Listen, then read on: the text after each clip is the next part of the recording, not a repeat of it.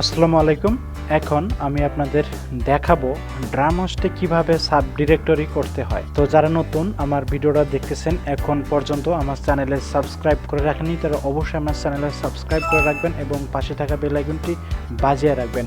আর একটু অপেক্ষা করুন, আমি ফিরে আসতেছি ব্রেকের পর।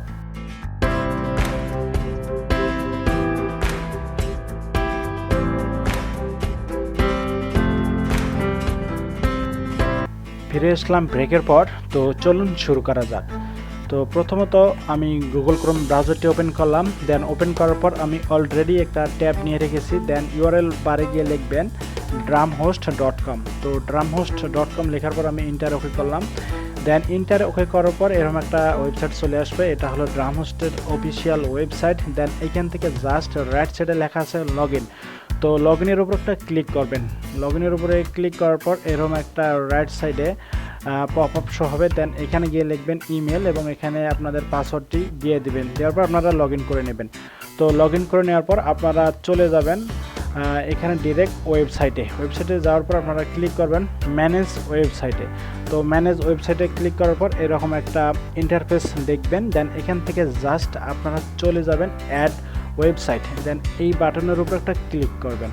এই বাটনের উপর একটা ক্লিক করার পর এখানে inter your domain name, create a subdomain. তো আমরা যেহেতু সাবডোমেইন ক্রিয়েট করতে চাচ্ছি সেহেতু আমরা এখানে সিলেক্ট করে দেব ক্রিয়েট এ সাবডোমেইন।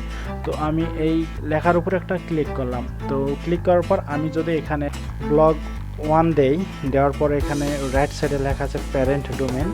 তো এই ফিল্ডের উপর একটা ক্লিক করবেন। তো ক্লিক করার পর আপনাদের যে ডোমেইন নেমটি ওইটা সিলেক্ট করে দিবেন। দেন দেওয়ার পর এখানে রাইট সাইডে একটা বাটন শো হবে নেক্সট, এই বাটনের উপর একটা ক্লিক করবেন। তো ক্লিক করার পর এখানে সিলেক্ট করবেন। দেন দেওয়ার পর এখানে একটা ক্লিক করবেন। ক্লিক করার পর দেখবেন যে নিউ ইউজার এটা চেক করা আছে কি না। তো এখন জাস্ট আপনারা ক্লিক করবেন সেট আপ ওয়েবসাইট। তো সেট আপ ওয়েবসাইটের উপরে ক্লিক করার পর একটু অপেক্ষা করবেন। অপেক্ষা করার পর আপনারা দেখতে পাচ্ছেন উপরে লেখা আছে ওয়েবসাইট সেট আপ হয় সাকসেসফুল। তো এই প্রোগ্রেস বারটা সম্পূর্ণ হবে। দেন সম্পূর্ণ হওয়ার পর এইটা আপনার ডিরেক্টরিটা তৈরি হয়ে যাবে। তো আশা করি বুঝতে পেরেছেন যে কিভাবে DreamHost-এ একটি সাবডোমেইন তৈরি করতে হয়। তো ভিডিওটা এতক্ষণ দেখার জন্য অসংখ্য ধন্যবাদ। সবাই ভালো থাকবেন, সুস্থ থাকবেন। আল্লাহ হাফেজ।